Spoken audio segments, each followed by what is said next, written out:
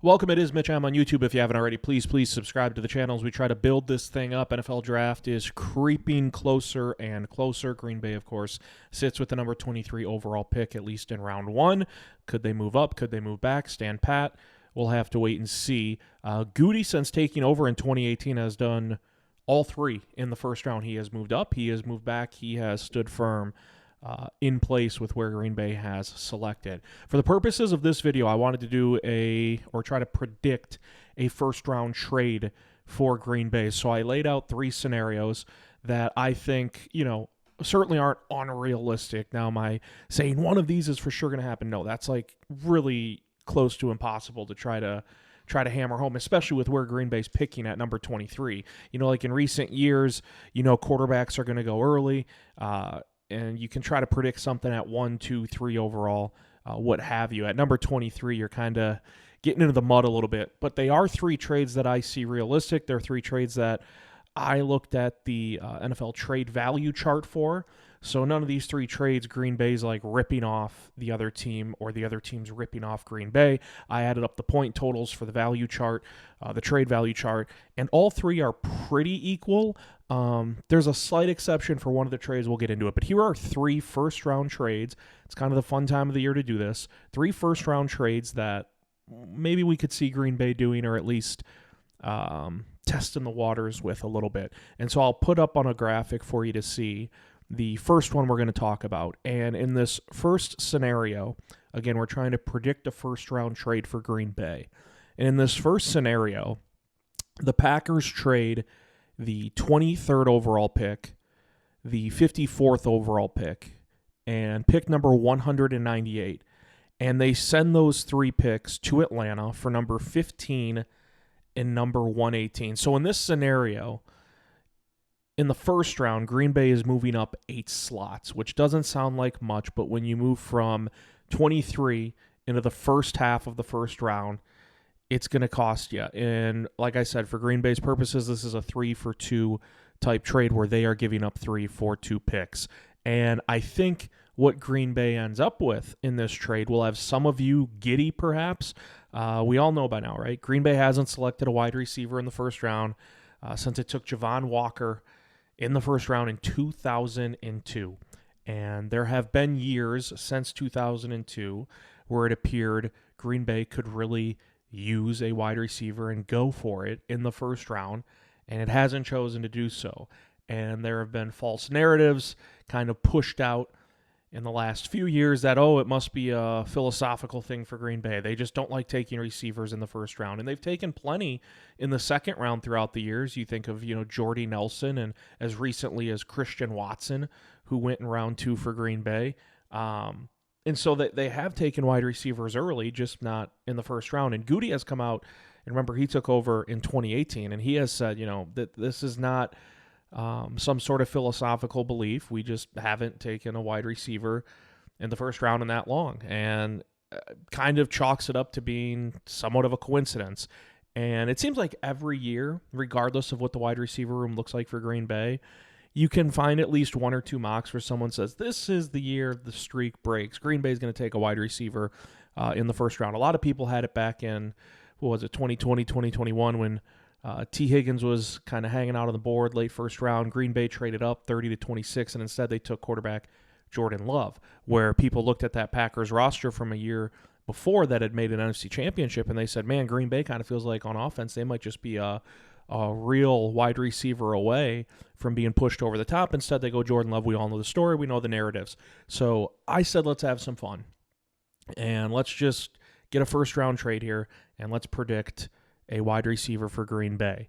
And this trade is reliant on one thing, and it is Teteroa McMillan, the stud wide receiver out of Arizona, slipping a bit in the draft. That's what this is reliant on.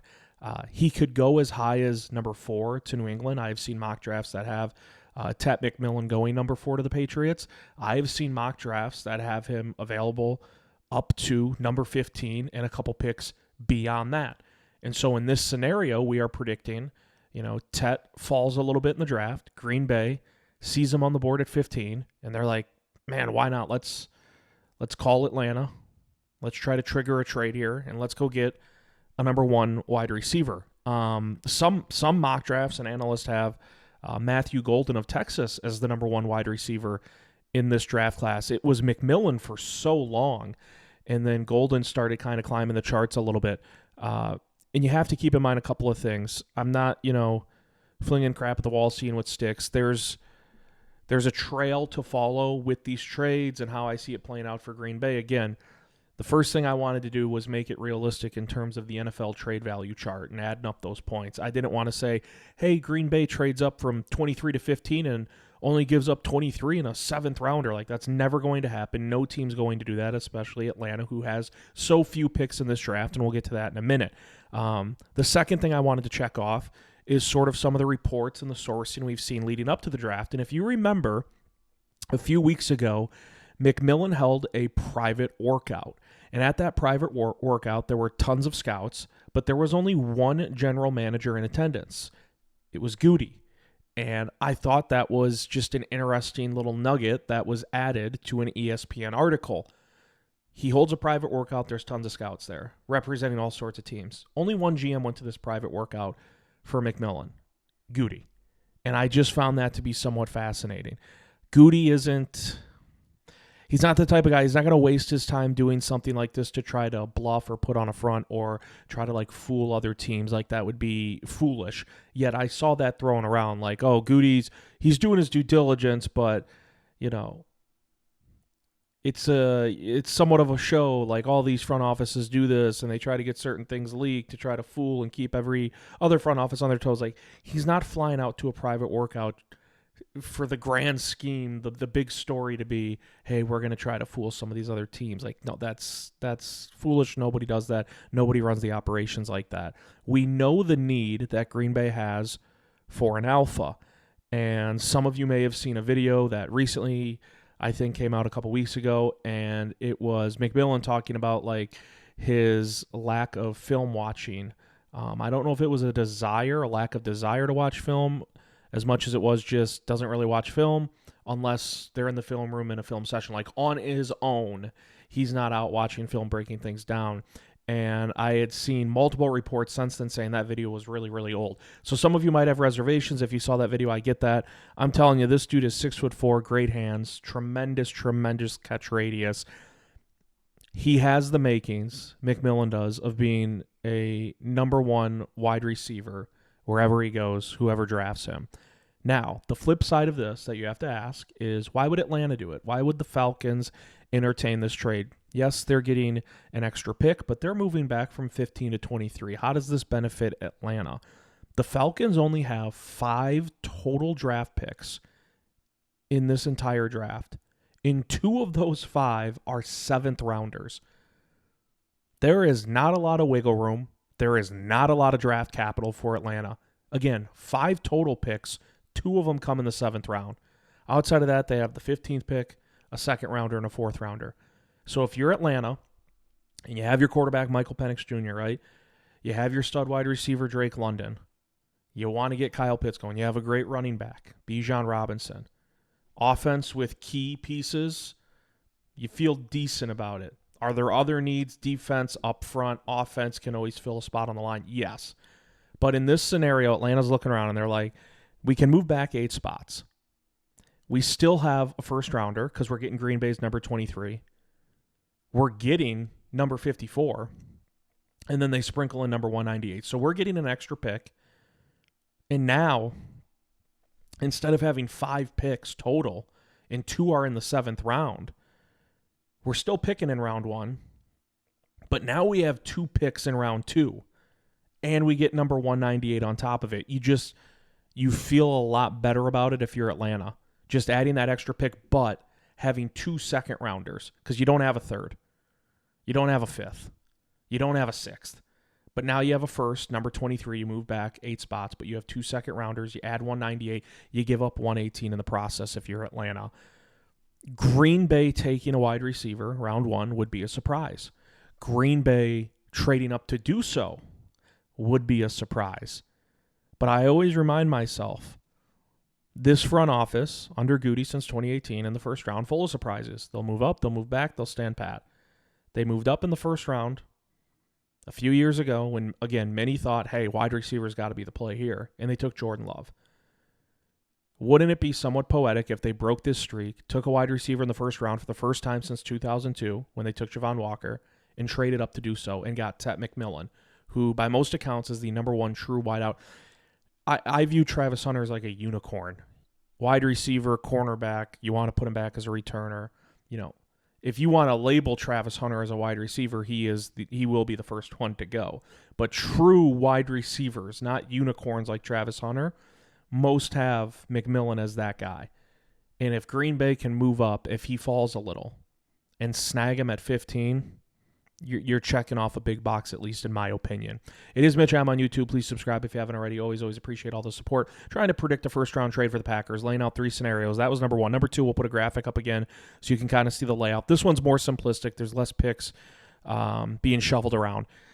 In trade scenario number 2, Green Bay trades number 23 and number 124 to Tampa Bay for number 19. So they move up 4 slots instead of 8. They don't get another pick back. They give up 23 and 124. Again, the NFL trade value chart, this kind of equalizes out. I was reading on ESPN.com that it was stated as a rival scout expects the Packers to go defense early in the first couple rounds of the NFL draft. Now, how things shake out will determine a lot of that. Going into it, you might think team A, B, C will go direction 1, 2, 3, and then something can shake up the draft. Like, what if instead of Abdul Carter or Travis Hunter at 3, the Giants do take Shedeur, and then New England's like, oh my gosh, we get Travis Hunter or Abdul Carter? That's a shakeup in the draft. There's like multiple different things that could play out in different facets. But Rival Scout says he expects Green Bay to go defense early in the draft.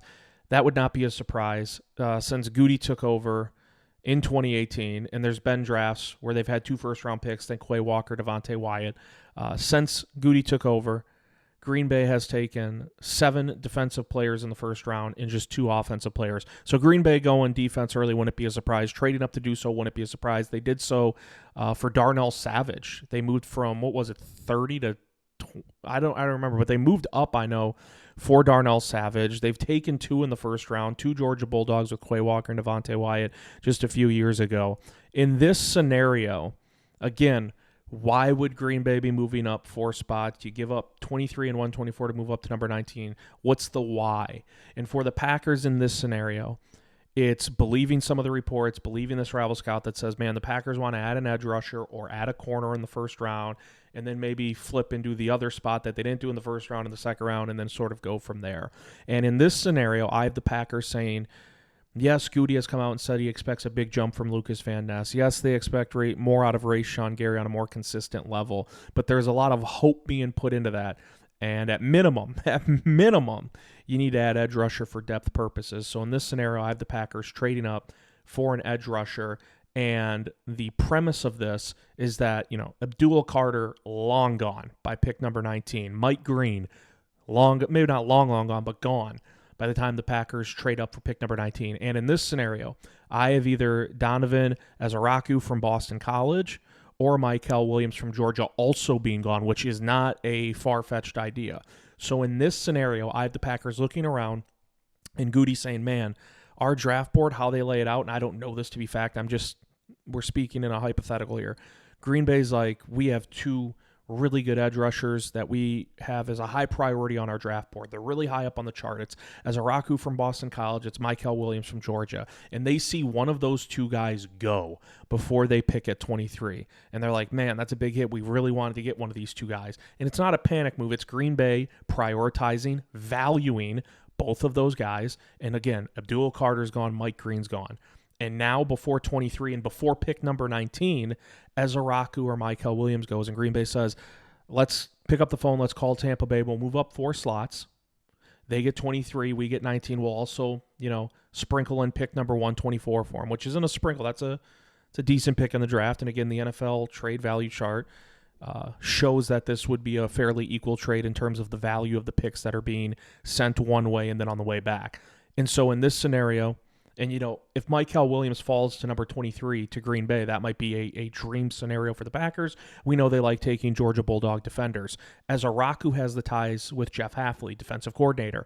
Hafley recruited Ezaraku to Boston College. The dude was an absolute stat sheet stuffer his final year in BC, really his last couple of years, but primarily his last season with Boston College. So in this scenario, the why is Green Bay moves up 4 slots. Why? Because they have Ezaraku and Mykel Williams high on their board at edge rusher. They believe there's a drop-off after those two to the sort of the next tier of edge rushers. Carter's obviously gone. Green's obviously gone. And so they move up. They take whichever one is still left on the board. And Green Bay basically just pounces on getting an edge rusher before it's too late. That's scenario number 2. So far I say, hey, Green Bay, trade up 23 to 15. And there's an array of other picks that go to and from. But you trade up from 23 to 15, you get a wide receiver, Tet McMillan, you're trading with the Falcons. Scenario number 2, I'm like, hey, you're trading up 23 to 19. You give them 124, you get your edge rusher. Ezaraku, Mykel Williams, who's ever left. Trade scenario number 3, I have them moving back. And I have them moving back, again, the why, the circumstance, we'll lay it out. I'll put the graphic up here. The trade scenario would be Green Bay trades number 23 and number 159 to Cleveland. And the Browns give up number 33, number 67, and number 179. And the why here, and I know this one might upset some people, the draft's in Green Bay. They're trading from 23 to 33, moving back 10 slots. They're moving out of the first round. Well, Goody has said on record, yes, it's awesome the draft is in Green Bay. Did Mark Murphy say this as well this offseason? Or maybe Goody said after speaking with Mark Murphy, but it is not going to affect the decision-making, nor should it. A lot of people are giddy, right? The draft's in Green Bay. Who are the Packers going to take? You want to see that player walk across the stage right outside of Lambeau Field. I was on a walk the other day with my sister, and we're seeing the draft stage set up, and it looks so freaking cool. And they've already got part of Oneida Street closed off, and kind of right around where we're at, halfway down the street, just 2 blocks down, is already closed off, and the draft stage is going up. It looks awesome, and you want to see who the Packers take in the first round. And in this scenario, they move back 10 spots, don't even have a pick on day 1, so that might make some of you salty. I get it. Here's the scenario, and here's the why. Cleveland has the second pick. Many aren't expecting them to go quarterback. It seems like a foregone conclusion that Tennessee is going to take Cam Ward at number 1 out of Miami. They canceled workouts and visits with a couple other prospects that leads everyone to believe it's going to be Cam Ward at 1. Cleveland would appear to have a need at quarterback at number 2. The Deshaun Watson experiment did not work out. Has ruptured his Achilles twice in the last calendar year. He's not going to play in 2025. There's rumblings about a Kirk Cousins trade, but even if you get Kirk Cousins, that's a placeholder. That's not a future franchise piece. Kirk Cousins is on like hole 17.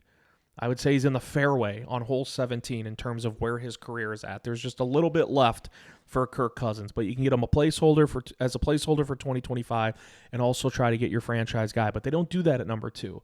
Many believe Cleveland's going to go either the way of Abdul Carter and get a pass rushing duo, which would be terrifying for the rest of the league, and Myles Garrett and Abdul Carter, or they're going to take the unicorn. They're going to take Travis Hunter. If they do that, there's still a need for a franchise quarterback for Cleveland. Maybe they say, let's focus on that next year, and we'll bring in Kirk Cousins for 2025 and kick that can down the road. In this scenario, I see Shedeur Sanders slipping a little. Maybe that's to New Orleans at number 9. Maybe that's to Pittsburgh at number 21. In my mind, if Shedeur Sanders falls to Pittsburgh at 21, remember Green Bay's at 23, and let's just say Sanders goes at 21 and Jackson Dart of Ole Miss is still on the board. Once Sanders goes, it's going to set off a little bit of a frenzy with other quarterback-needy teams, and there's still a few out there, like the Cleveland Browns, who are looking for a franchise pillar, a franchise signal caller. And in this scenario, Sanders goes 21 or somewhere around there. 21, though, likely to Pittsburgh, in my mind. And these other teams that need a quarterback are like, okay, well, domino number 2's gone. Cam Ward went 1, now Sanders is gone. Who's next in line? It's Jackson Dart. And really, if you break down the quarterback prospects in this draft, this is not coming from me. This is coming from all these analysts and experts. It's Cam Ward, it's Shedeur Sanders, it's Jackson Dart. And maybe it's Cam Ward in Tier 1 and Sanders and Dart in Tier 2, but then and there's a drop-off. You have Jalen Milroe and some other guys getting peppered in there as well. And so if Sanders slips a little, let's say it's to 21, teams that still need a quarterback start focusing on Jackson Dart, and they get a little itchy. They get a little antsy, and they're like, let's make a move now. Let's not wait around. Let's go make a move now. So Cleveland picks up the phone They call Green Bay. And they say, we know it's a big jump, but we want to move from 33 to 23. We'll give you 67 and 179. You give us 159. And we know Goody loves stacking picks. This is a 2 for 3, where Green Bay's getting the 3. And the value chart, if you break down the numbers on the NFL value chart for this one, it actually slightly favors Green Bay's in terms of the value of the picks. And I just think even if the Browns were to trade for Kirk Cousins, not a long-term answer. Deshaun Watson, to me, he's under contract, but he's fully out of the equation. Dart gives you your next hope, if you're Cleveland, of being a franchise quarterback. And that's one of the reasons I could see this happening. But the why is, hey, if Shedeur doesn't go number 3 to the Giants, 4 is New England. They've got Drake May. You keep looking at other teams that are picking up there. Like Chicago's at 10. They have Caleb Williams. They're not drafting a quarterback. Maybe 9 to New Orleans is the play. But does Kellen Moore want more of a pocket passer, or does he want more of a mobile quarterback? Would Kellen Moore, who's the new head coach in New Orleans, look at the quarterbacks he's coached. Jalen Hurts, when he was the offensive coordinator last year in Philly.